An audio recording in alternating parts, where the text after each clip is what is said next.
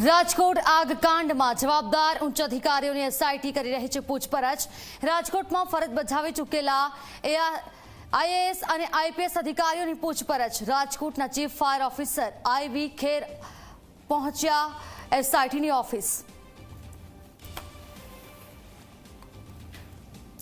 સુરતમાં 2 દિવસમાં 5 હોસ્પિટલ કરવામાં આવી સીલ। ફાયર અને અન્ય ક્ષતિઓને ધ્યાનમાં રાખીને સીલ કરાઈ હોસ્પિટલ।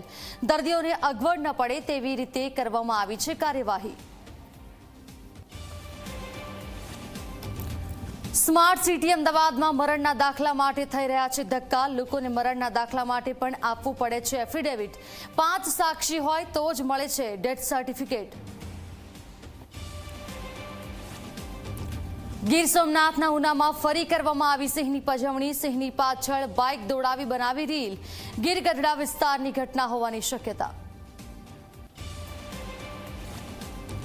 રાજધાની દિલ્હીના કેટલાક વિસ્તારોમાં ભર ઉનાળે પાણીની અછત। જળમંત્રીએ જળ સંકટનો સ્વીકાર કરી મૂક્યો પાણી કાપ। પાણીનો દુરુપયોગ થશે તો દંડની પણ જોગવાઈ।